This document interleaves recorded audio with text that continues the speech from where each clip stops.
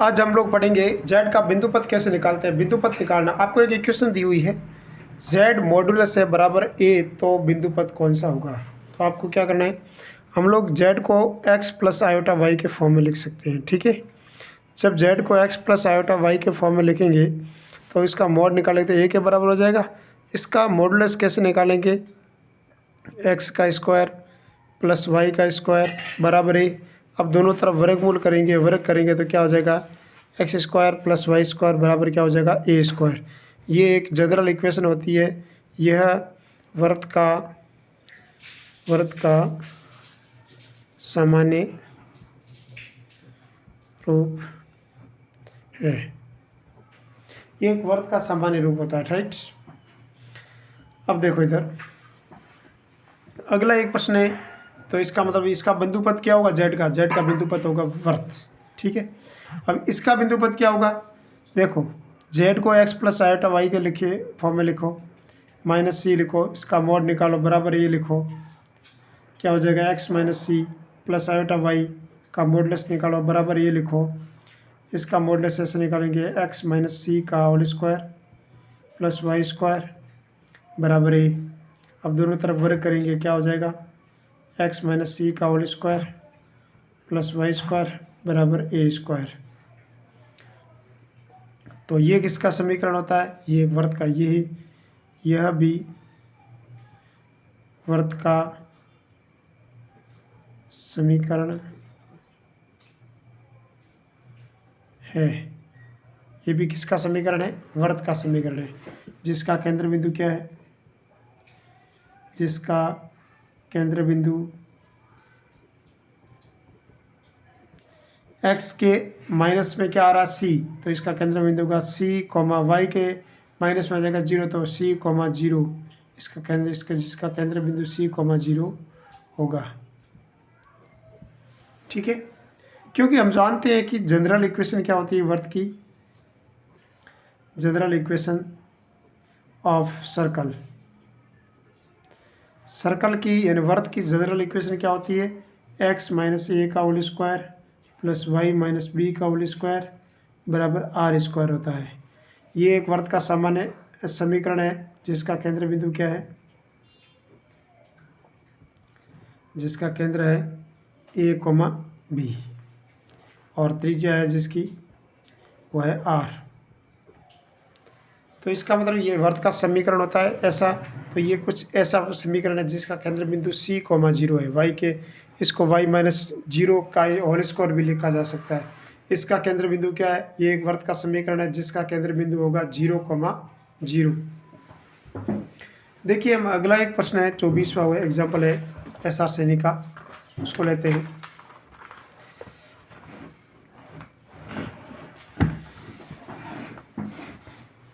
कि 24वां एग्जाम्पल ले लेते हैं पहले। जेड मोड होगा वो छोटा होगा ए से। ये किसको रिप्रेजेंट कर रहा है, मतलब ये किसका बिंदु पथ है। तो आपको क्या करना है, जेड को एक्स प्लस आयोटा वाई लिखो, ठीक है, फिर उसका मॉडुलस निकालो। तो जेड का मॉडुलस निकालें तो क्या आ जाएगा, under root X square plus Y square. जैसे ही X square plus Y square आ जाएगा तो यहाँ से under root X square plus Y square छोटा है ए से। अगला हम लोग निकालें तो क्या लिखा हुआ है, आप सोच सकते हो, दोनों तरफ वर्गमूल करेंगे तो क्या हो जाएगा एक्स स्क्वायर प्लस वर्ग करेंगे तो क्या हो जाएगा X square plus Y square छोटा है ए स्क्वायर से। मतलब ये ए स्क्वायर के बराबर भी हो सकता है, ए स्क्वायर से छोटा भी हो सकता है। कौन छोटा हो सकता है, सर्कल छोटा हो सकता है। ठीक है,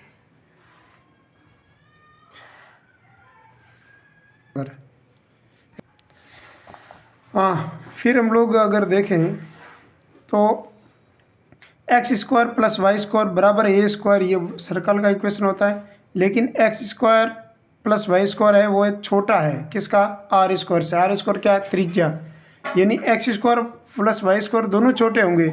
और दोनों छोटे कब हो सकते हैं, जब इसका एरिया कौन सा होना चाहिए, अंदर वाला एरिया। जब ये X square plus Y square ये अंदर वाला, ये इसका ये सॉल्यूशन ये होगा भाई, छोटा होगा तभी ये सॉल्यूशन ये होगा, क्योंकि आर यहाँ तो ये आर स्क्वायर थे 8, यहाँ तक इसका सॉल्यूशन आ सकता है। यहाँ ये अंदर वाले सब हल इसके। तो कुल मिलाकर अंदर वाले यानी इसका सम्मिश्र संख्या का हल क्या है, इसका क्षेत्र कौन सा है, तो आप लिख सकते हैं यहाँ पर वृत्त और उसके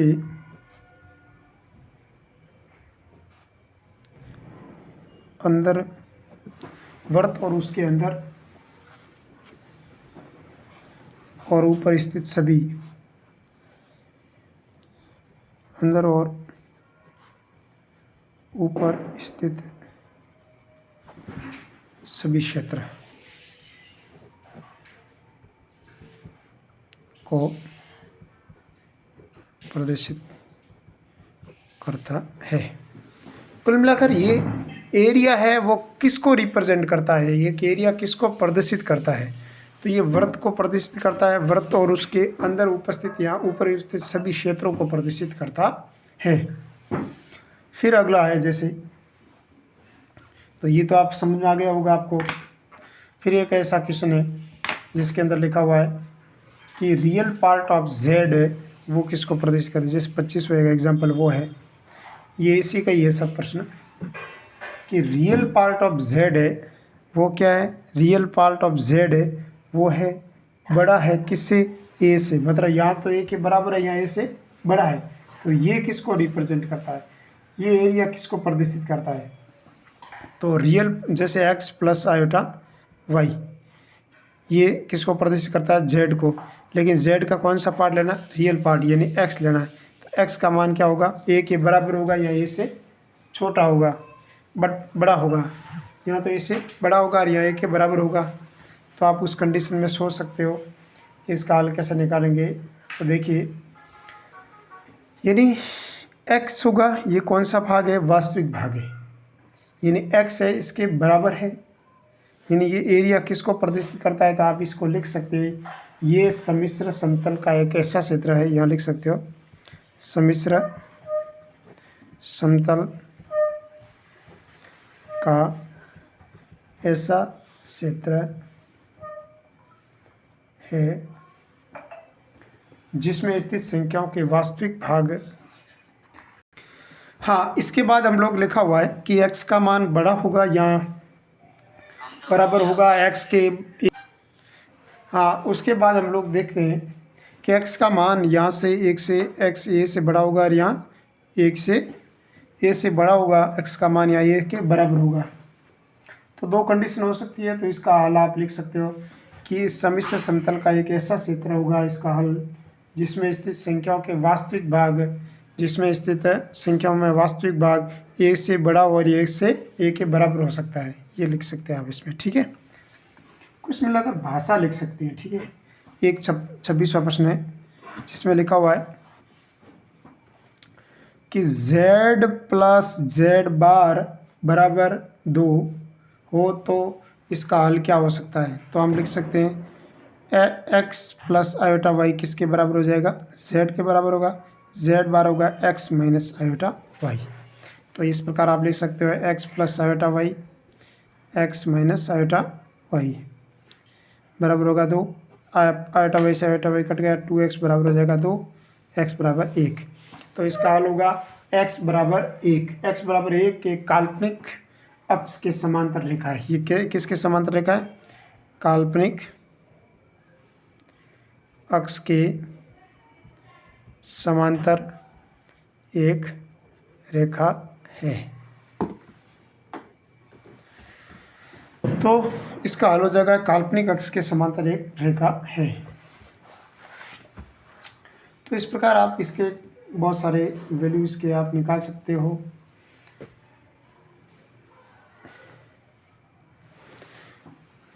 अगला एक प्रश्न था 27वां उदाहरण, क्या लिखा हुआ है कि यदि imaginary part of Z square बराबर 4 है तो इसका हल क्या होगा।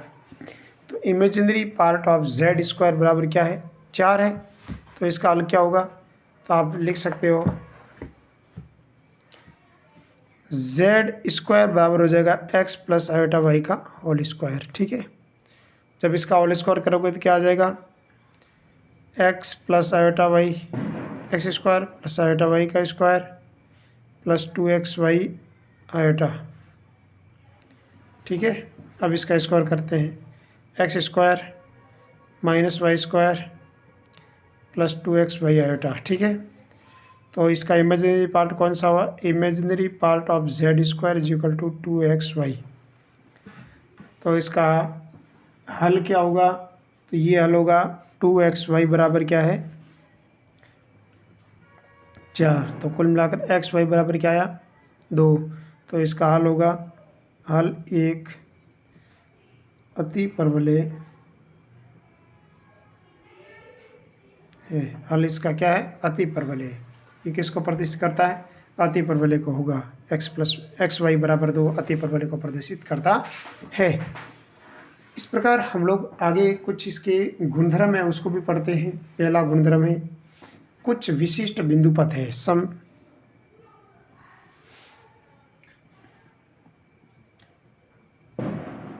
पर्टिकुलर लोकस, यानी कुछ विशिष्ट बिंदु पथ।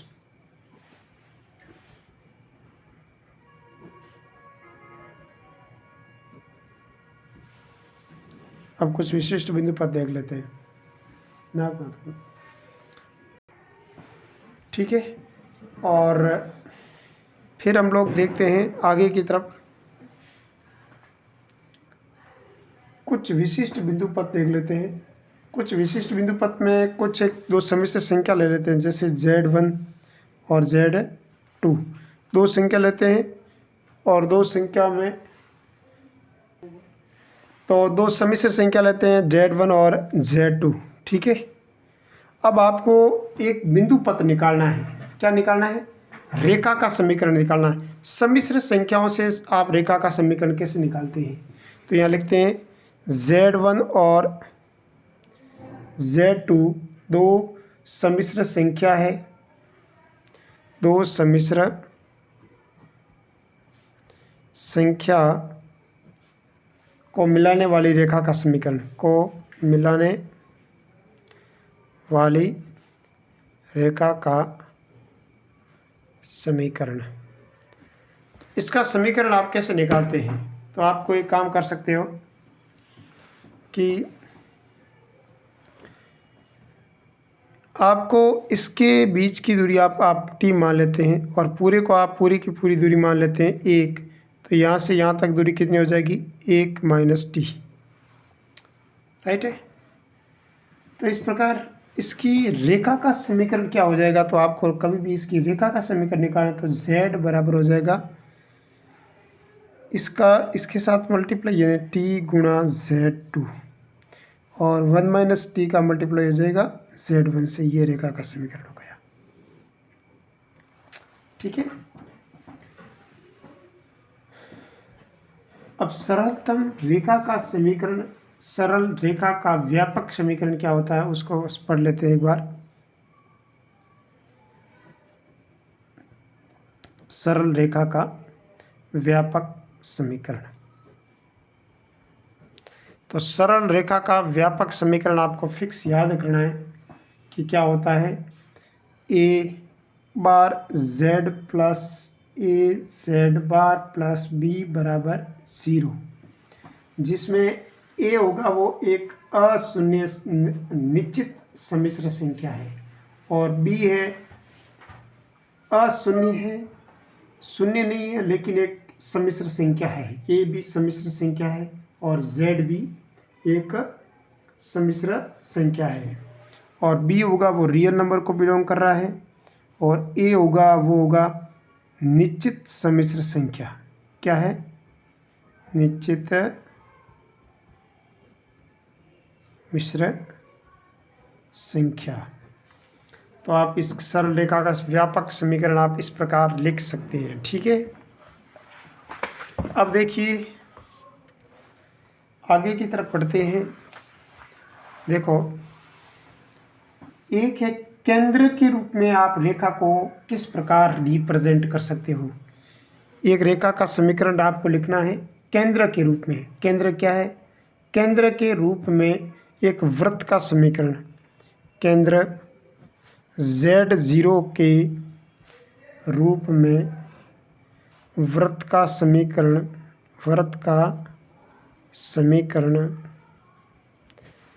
और जिसकी त्रिज्या r हो। तो आप इस प्रकार लिख सकते हैं z माइनस z0 का आप मॉडुलस लेके बराबर आप r लिख सकते हो। यानी एक z0 इसका केंद्र बिंदु है, r इसकी त्रिज्या है, तो आप उसके वृत्त का समीकरण z माइनस z0 का मॉड करके बराबर आप r के रूप में लिख सकते हो। आप इसको पढ़ सकते हो कि एक ऐसा वृत्त का समीकरण है जिसका केंद्र बिंदु z0 है और जिसकी त्रिज्या r है। तो इसको लिखने का तरीका ही है, ठीक है। अगर वापस इसको खोलें तो भी आप इस प्रकार खोल सकते हो, दोनों तरफ वर्ग करें तो z माइनस z0 एक बार तो ऐसे लिखेंगे, दूसरी बार इसके ऊपर मॉड लगा देंगे, बराबर हो जाएगा r²। अब इसका इसे मल्टीप्लाई करेंगे तो z minus z0 z bar minus z0 बार बराबर हो जाएगा r²।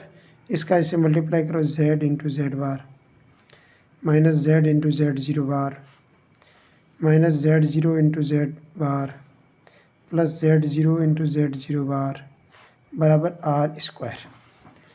यानी आप इस प्रकार भी इसे लिख सकते हैं, ठीक है। एक वृत्त का समीकरण आप ऐसे लिख सकते हो, वृत्त का व्यापक समीकरण। तो वृत्त के व्यापक समीकरण में आप इस प्रकार इसको लिख सकते हैं कि a होगी वो एक निश्चित सम्मिश्र संख्या है और b है वो रियल नंबर को बिलोंग कर रहा है। तो वृत्त का व्यापक समीकरण आप इस प्रकार लिख सकते हैं, वृत्त का व्यापक समीकरण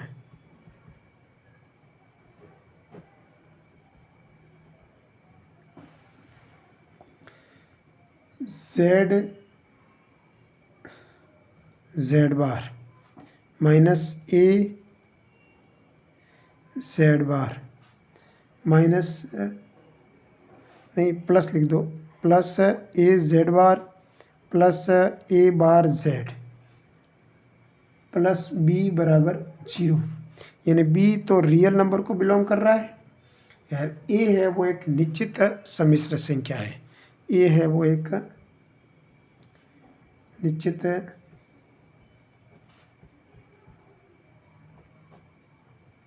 सम्मिश्र संख्या है।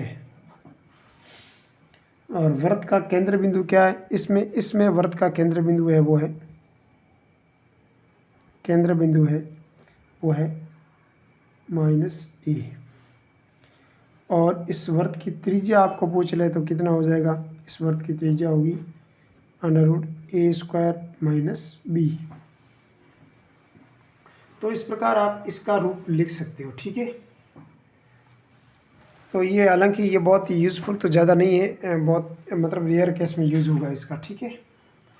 अब हम लोग पढ़ देते हैं कि आप व्यास के रूप में इसका कैसे इक्वेशन लिखते हैं।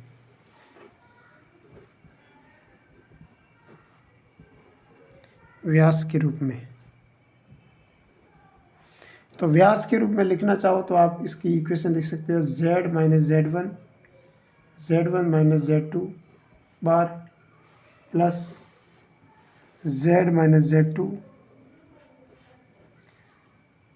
z बार माइनस z1 बराबर हो जाएगा 0। ये इसकी इक्वेशन है, ठीक है, जिसके अंदर है z1 और z2 क्या है, z1 और z2 वृत्त के व्यास के सिरे है।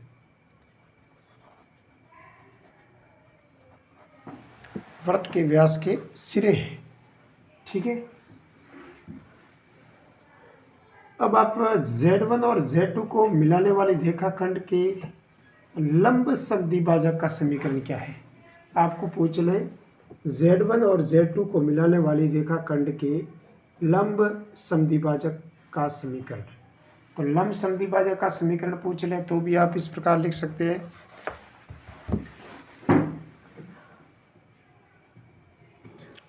Z1 और Z2 को मिलाने वाली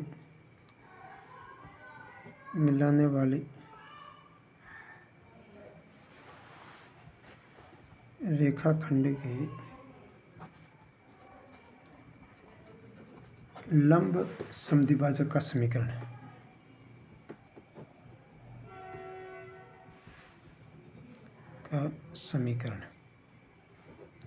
लंब समद्विभाजक का समीकरण है वो होता है इसका Z माइनस Z1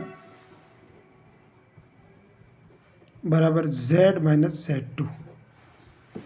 ठीक है, आगे की थोड़े इसके रिजल्ट्स और हैं, उसको हम लोग कल पढ़ेंगे। ठीक है, थैंक यू।